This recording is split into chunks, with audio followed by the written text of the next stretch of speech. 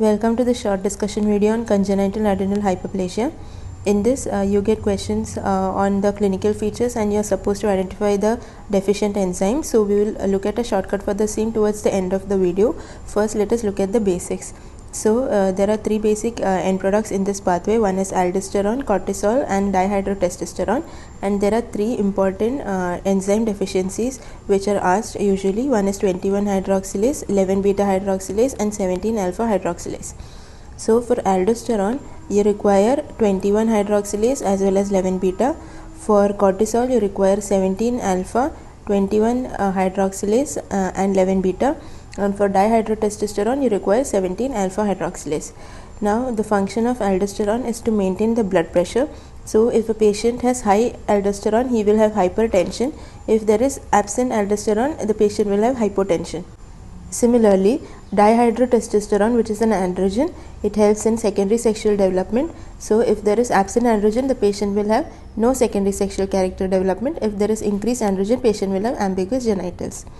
Now let us look at the first enzyme deficiency, that is 21 hydroxylase deficiency.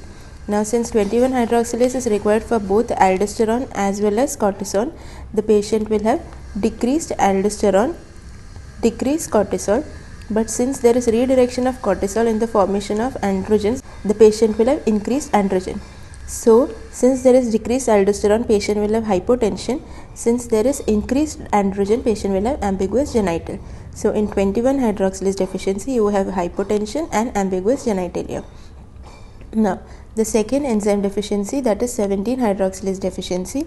17 hydroxylase is required for synthesis of both cortisol as well as androgen. So the patient will have decreased cortisol and decreased androgens, but the patient will have increased aldosterone. So because of increased aldosterone, he will have hypertension, and because of decreased androgen, he will have no secondary sexual development. Now the third enzyme deficiency is 11 hydroxylase deficiency.